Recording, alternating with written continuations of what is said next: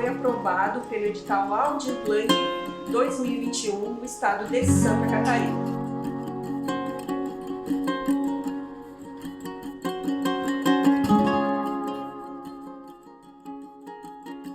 Nosso pai foi, assim, digamos, através das balsas e mais outras na agricultura, é que ele comprou a propriedade que as propriedades que a gente teve até hoje. Então eles deixaram uma lembrança muito boa para hoje. E aqui, juntamente com a minha irmã Maria, a gente vai resgatar um pouco da história nossa, que não é minha, digamos, é de nós todos Moreira. Nós somos em 10, nossos pais tinham 10 filhos, nós éramos em 7 irmãs e 3 irmãos. Eu gostaria de saber qual vai ser a receita de hoje. Prato que a nossa mãe fazia e que o nosso pai também levava nas viagens, que ele era balseiro, que é a broa de milho.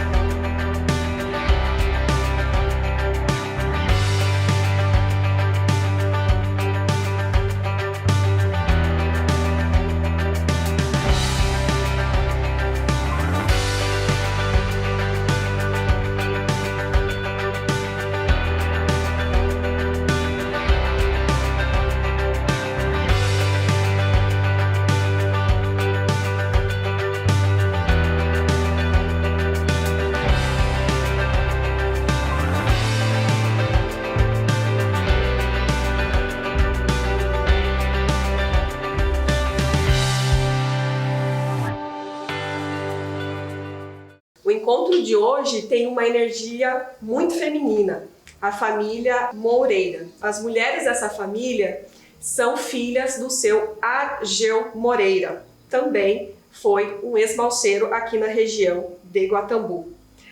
Meu nome é Luzia Margarete Moreira, sou casada com Corá. Eu sou a professora aposentada, tenho 3 filhos, nasci em Guatambu, casei, sempre morei aqui. Eu sou a Maria Lina, nasci aqui em Guatambu, vivi muitos anos aqui, fui embora para Nonoai, morei 37 anos, voltei, aqui estou morando agora no Porto Chalana de volta, faz 1 mês e pouco.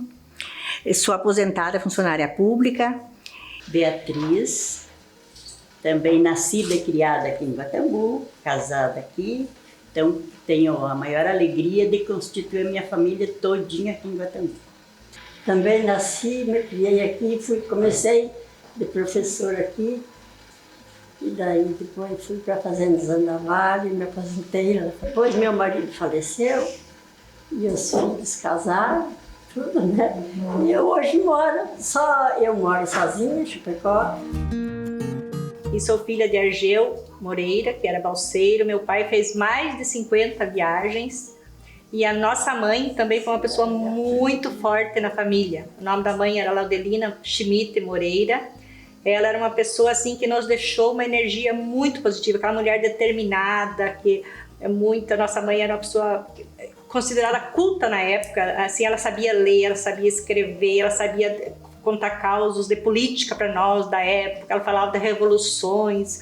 Ela contava assim, coisas assim de política que as pessoas nem sabiam que existia, ela sabia contar para nós. Então ela nos passou uma coisa assim muito bonita. Tem as lembranças maravilhosas do meu pai, da minha mãe, dos meus irmãos, da minha família.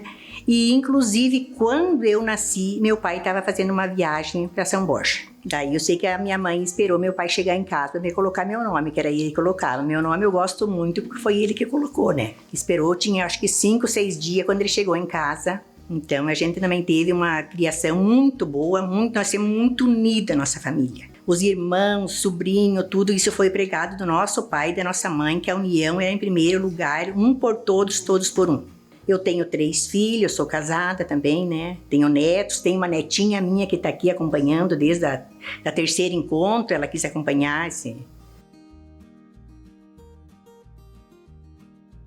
Broa de milho, a nossa mãe usava fazer para nós se alimentar em casa e para o meu pai levar nas balsas. Era uma comida muito substancial, ela usava fazer essa broa de milho sempre para nós tomar o café de manhã, comer fora de hora. e ela fazia um forno de barro cheinho assado de broa para o meu pai levar quando ele ia descer para fazer as viagens dele, né? Ela usava aquela vez a tal de fermento caseiro, que era ralado uma batatinha, e daí colocava na água, crescia, batia, era uma burocracia que demorava. Com o passar do tempo, daí a minha mãe mudou para esse fermentinho aqui, que é um fermentinho seco, que ele faz muito rápido, sabe? Daí cresce, então é uma comida que sustancia, porque o pão de trigo mesmo, os homens que trabalham bastante, eles logo enfraqueciam. E a broa de milho, como ela tem a farinha de milho, ela sustanciava de manhã cedo até meio-dia, eles não sentiam fome.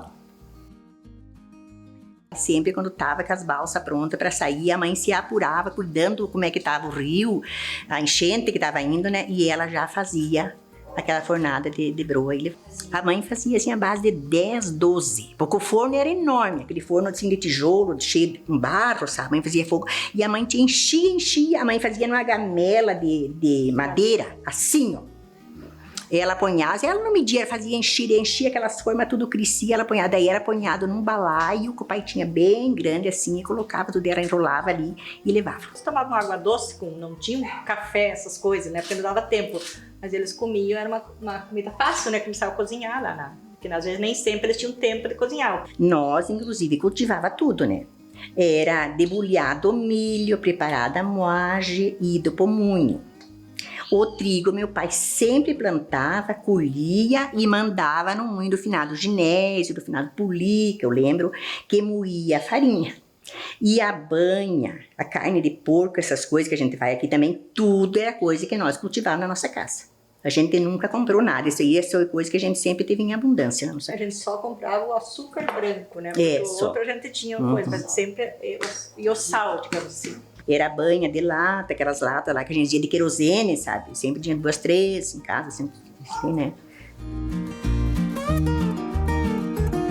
Eu morei muitos anos na agricultura, né? No passado, né? Então, daí, como a gente era agricultor, precisava de meu marido comer e ficar bem forte para ir lavrar de boi, na roça, aquelas coisas. Eu sempre fiz broa e peguei gosto, e a família gosta muito de lá em casa comer broa. Sempre eu sei, a Margarete vai ir em casa, vou fazer uma broa, vou esperar a Margarete. Vai ir a Beatriz, vai vir a Zilma. Eu sei que elas ficam muito felizes com o meu broinho. Com melado, com nata, com essas coisas. Então, e daí o café da manhã, chimia de abóbora, inclusive eu trouxe ali, eu fiz essa semana. Continua com aquele meu costume de 40, quase 50 anos atrás, eu continuo fazendo. Tem um filho homem também. Filho homem também. E eles aprendeu a fazer também? Cada um faz assim, mas parece que a Maria que faz a mais parecida com a da mãe, né?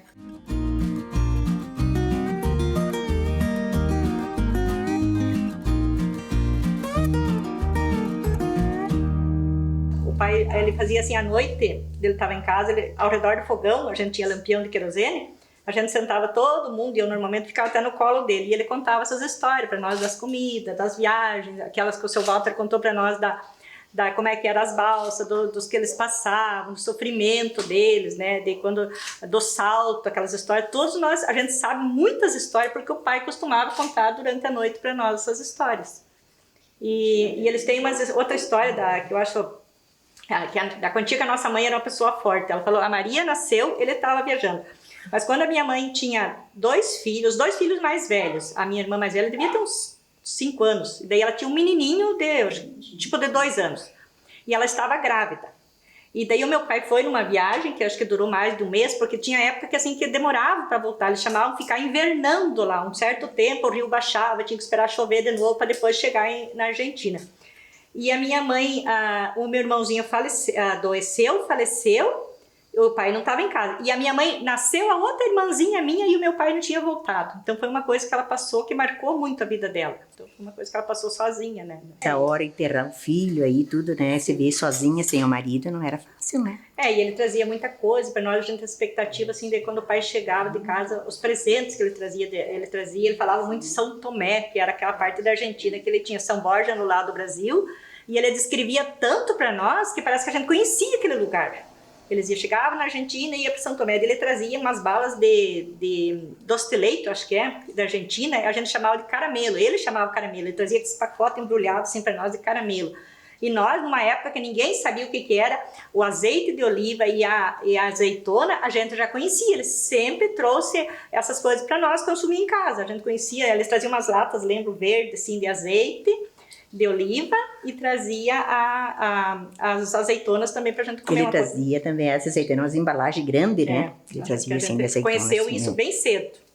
E ele trazia outros presentes. Eu lembro da minha primeira sombrinha, quando eu era criança, nós duas ganhamos uma sombrinha, mais uma sobrinha minha, que ele trouxe da Argentina, né? Coisa que não tinha aqui, ele trazia de diferente. Então a gente ficava na expectativa de ganhar presente.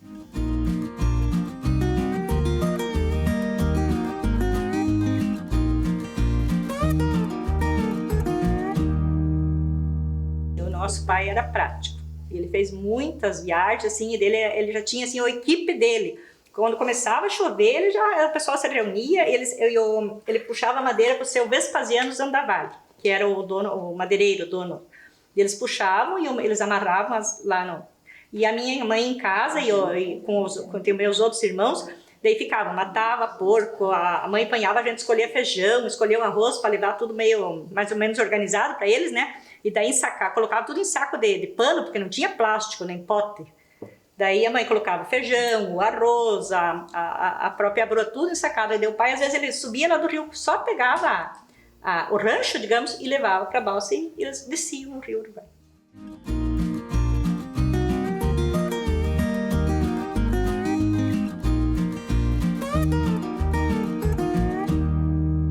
Nós vamos então preparar a esponjinha, que é o fermento. Porque daí o fermento dele fica crescidinho e o pão cresce mais ligeiro. Nós vamos fazer a medida para 2 pães, 2 broas, ou se ela crescer bem para 3, nós vamos fazer 2 colheres de fermento.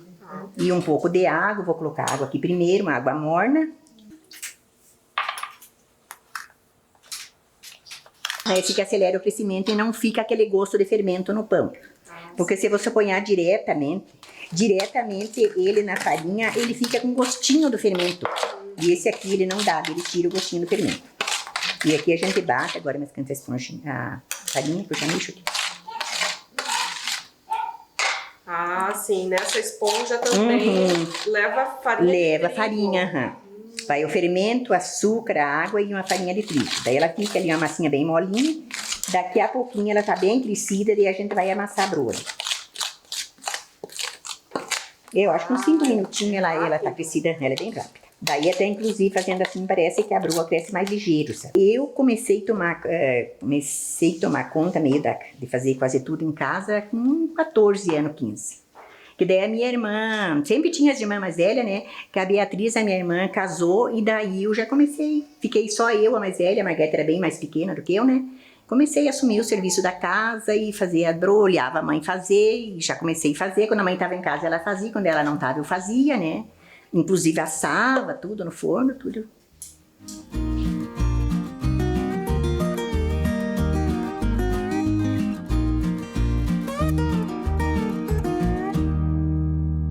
Eu lembro do pai com 50 e poucos anos, porque meu pai faleceu muito novo. Eu acho que até em função de que ele fazia muitas balsas, pegava muitos frios, assim. Ele ficou doente com 61 anos e faleceu. Então eu tinha 13 anos, mas assim... E a mãe não, a minha mãe faleceu com 93. Então por isso que a gente tem uma recordação maior dela em função das histórias que ela contava por causa da idade. Mas o pai morreu, acho que ele devia ter uns 50 e poucos naquela época que a gente convivia. Que nem eu, no caso, nasci, ele viajava desde os meus irmãos mais velhos, né? Quanto tempo durou o ofício dele de balseiro, você se lembra? Porque eu tinha, acho que uns 17 anos, 18, quando o pai fez a última. Eu lembro da última balsa que o pai fez, que daí terminou, por causa de Deus caminhando, levando as madeiras, né? Eu lembro. Lembro até que ganhei um presente, um corte de uma saia, tecido branco, que usavam saia branca do meu pai. Mas durou o quê? Uns 10 anos? Mais. Eu era desde que nasci. Mais de 30 anos. Porque naquela época não tinha, a época não existia caminhão para puxar, para transportar, né? Então o transporte que tinha era só esse de levar a madeira. A gente teve esse tempo, mas aí teve os nossos irmãos, mas nós temos as 2 mais novas, mas tudo das nossas irmãs mais velhas, todas elas passaram do pai balseiro, né? O pai também, digamos assim, ele ia 2, 3 vezes por ano, dependia do tempo para ser a quantia de enchente, né?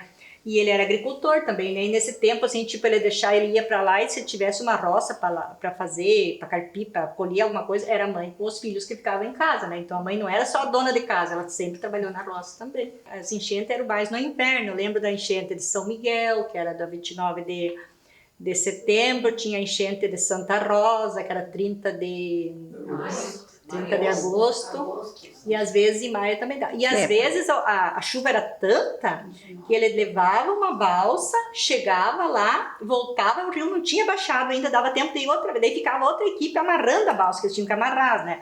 Então ele chegava lá, dava tempo, ele ia outra viagem, assim, meio sem descansar. E às vezes não, às vezes acontecia do rio encher um pouco, eles chegavam lá, numa altura, antes que nem diz o seu Walter, perto do salto, baixava e daí encalhava. Então eles tinham que esperar até que chovesse de novo, levantasse o rio para a balsa poder atravessar o salto. Daí eles chamavam de ficar invernando lá. Uma vez eu lembro que o pai ficou um mês lá, até que choveu de novo, que conseguiu levantar a balsa para ela conseguir chegar na... Porque daí não era tipo só o nosso pai, era vários, tinha muitos balseiros aqui na região, né? Então eles simplesmente sabia que eles estavam invernando, mas aonde que estavam, eles passavam fome, tudo assim, era bem sofrido para eles, né? Até que lá pelas tantas eles retornavam, mas não tinha comunicação, né?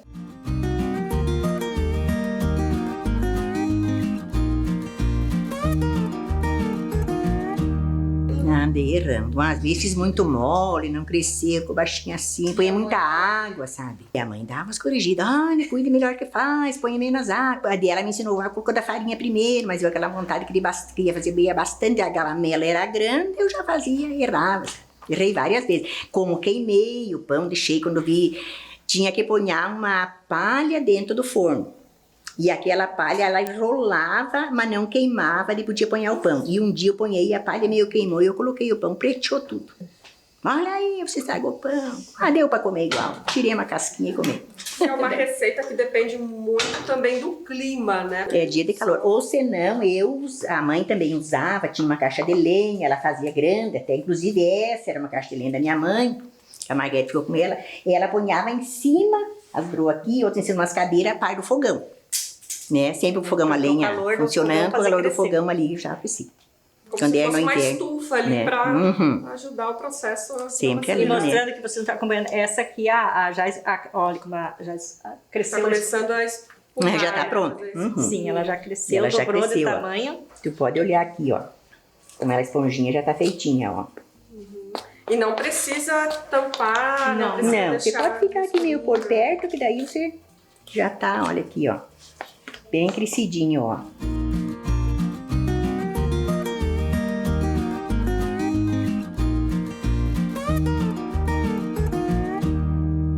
Nós somos criados da nossa casa, rezando sempre a nossa vida inteira, nós rezamos o terço.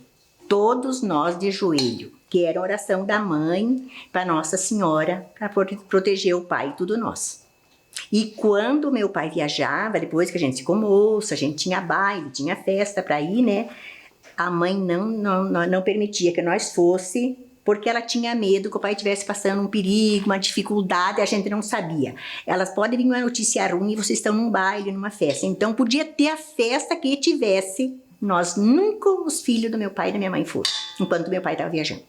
E aí a gente sabia, a gente nem reclamava, porque era aquilo como foi falado, sempre foi a vida inteira. A gente sempre foi muito católico, assim, no sentido, assim, a gente sempre rezou, e sempre frequentamos muito a igreja, não era a gente rezava o terço em casa, mas a gente sempre aprendemos a ir na igreja, né, assim, tudo. Eu lembro que na época a gente não sabia o que era aquele sinal da cruz, né, e o pai fazia sempre antes, e eu era criança para ficar pensando, o que o pai fazia? Eu não sei se ele rezava alto, mas ele fazia o sinal da cruz em nome do pai e deitava. É uma coisa que eu lembro, assim, muito nítido. E quando levantava também, né? Ele sempre o sinal da cruz. Ele dizia assim, com Deus eu me deito, com Deus eu me levanto, na graça de Deus e do Divino Espírito Santo. 3 vezes ele fazia, né? Daí assim, fazia o nome do pai, daí... E quando a gente deitava, antes de deitar, a gente fazia, e de manhã cedo, quando eles chamavam nós cedinho. Cada um tinha a sua obrigação para fazer de manhã cedo, né? Daí, primeira coisa que eu levantava, fazia de novo A gente tinha o hábito da nossa família sempre foi de pedir a bênção pro pai na hora que a gente ia dormir, todo mundo, benção pai, benção mãe. De manhã acordava, de novo a gente pedia a bênção pros dois. E de mão arrumada. E eu passei pros meus filhos, eles usam, e meus netos, e também a netinha chegou perto da gente, benção avó, benção tia. E o nosso pai era sempre de mão arrumada. Não é todas as irmãs que têm esse hábito, mas digamos assim, essas que nós estamos essas daqui as de Guatambu, assim, as que saíram, foram morar fora, perderam um pouco o hábito. Até às vezes eles pedem aquela benção para quando eles enxergam a gente, mas não tem o hábito. Mas nós que ficamos morando aqui, a gente cultiva muito a benção. Dos tios, assim, os padrinhos, né? Tem os 4 sobrinhos mais velhos que eu. Mas a gente tem uma coisa na família, assim, aquele orgulho do vô. A maioria deles tem, os novos, assim, eles não conheceram o vô, mas eles conhecem as histórias do vô Argeu. Às vezes até os meus filhos, assim, mãe, o vô fazia, ou o vô gostava disso, ou o vô comia aquilo. Por quê? Porque a gente sempre está passando as histórias do vô e da avó para eles.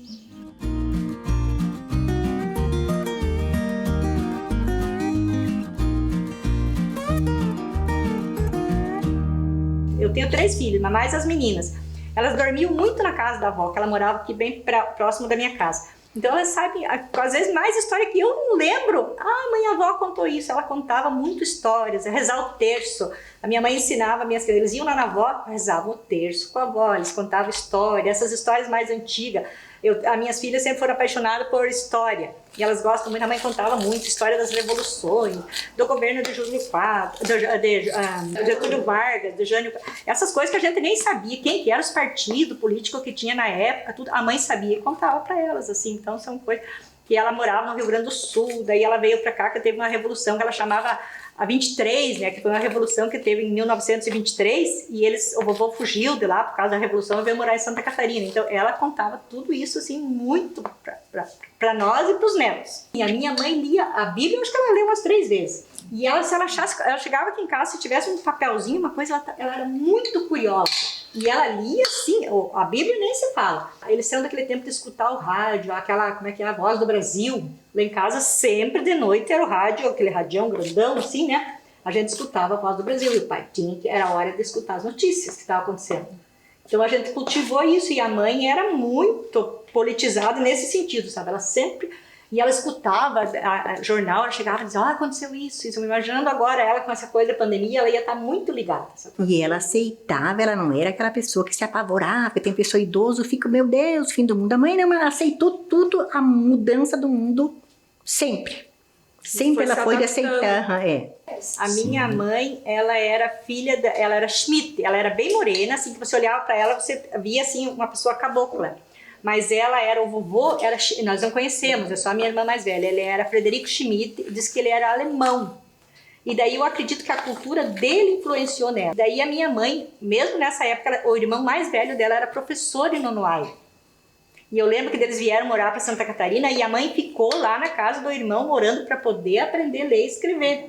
Depois que o vovô trouxe ela mais tarde. Então eles eram uma família que, para uma época que a maioria das pessoas era analfabeta, meu pai também sabia ler e escrever, bem tranquilo, sabe? O pai sabia fazer contas de cabeça, tudo assim. A família dela era bem culta, todos os irmãos dela. E ela, assim, era uma pessoa que nem sequer falava errado, né? E corrigia, a gente, o pai era de 1912 e a mãe era de 1917.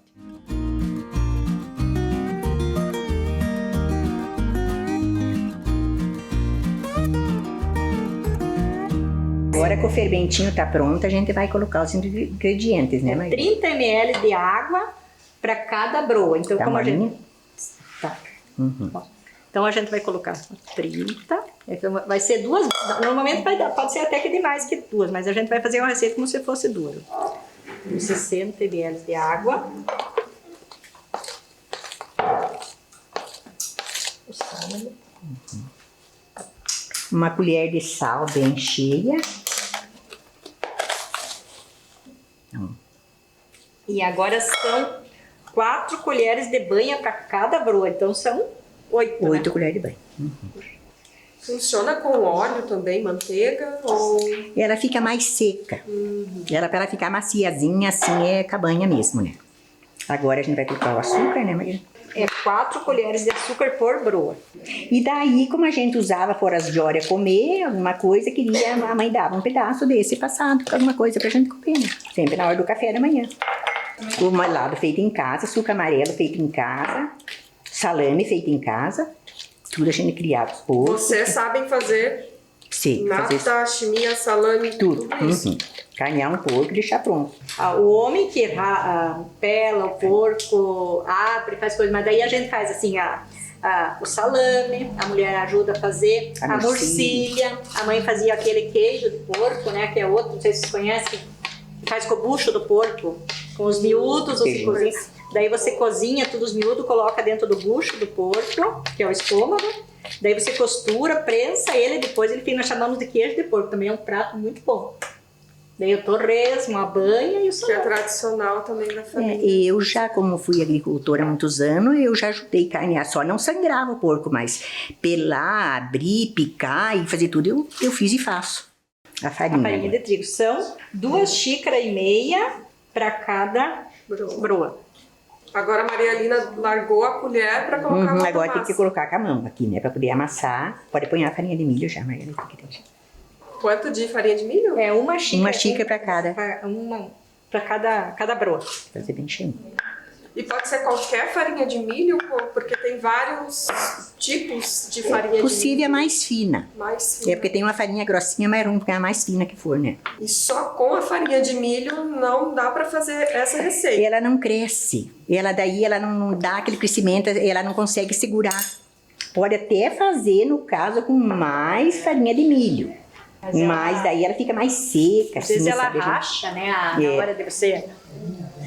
E vocês já testaram alguma outra farinha além do trigo em combinação com a farinha de milho?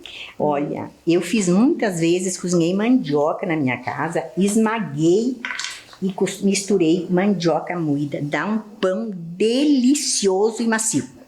A mandioca Esmagar a mandioca bem esmagadinha, cozida. Um garfo e daí prepara aqui e põe um prato de mandioca aqui. Gente do céu. Mas com o trigo ou sem o trigo? Com o trigo.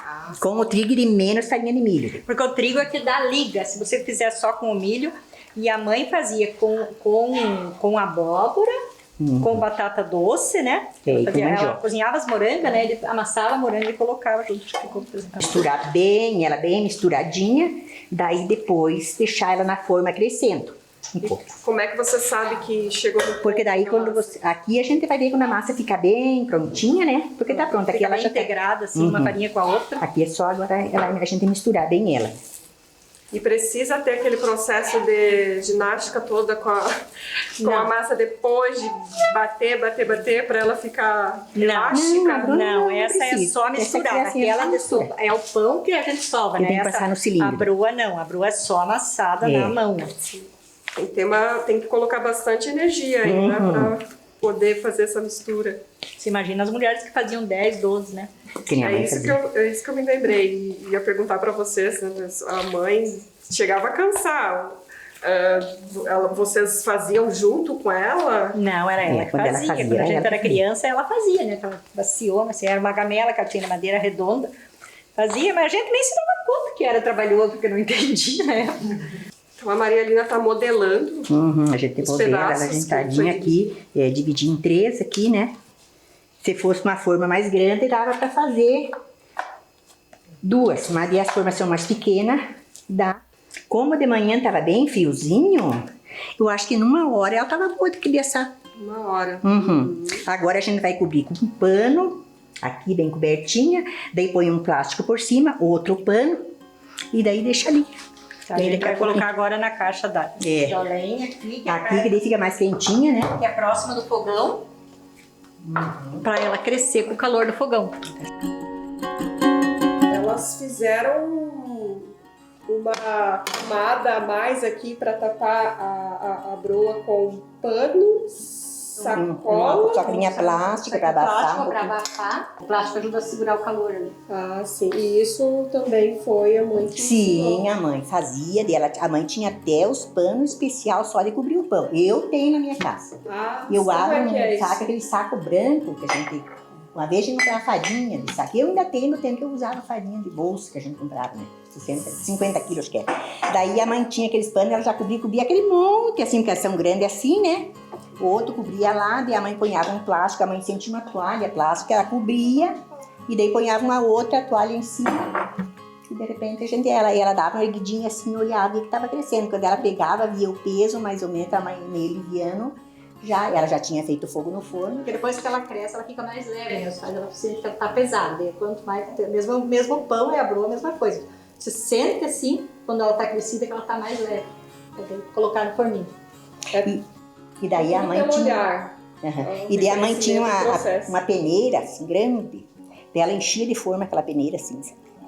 E daí mais umas nós ia levando, ela levava na peneira, lá daí ela colocava tudo lá. De lá ela tirava tudo que as formas na peneira, de tanta que era quantia que ela fazia, né? Mas era bastante gente, e depois quando o pai levava aquela nesse ela colocava a toalha da mesa, né? Assim, na peneira para colocar em cima das broas, e depois cobria com a outra parte. Tá? Fazia aquela peneirada, aquela peneira cheinha. Ela apanhava assim ao redor, uma no meio. E mais umas que nós trazia na mão.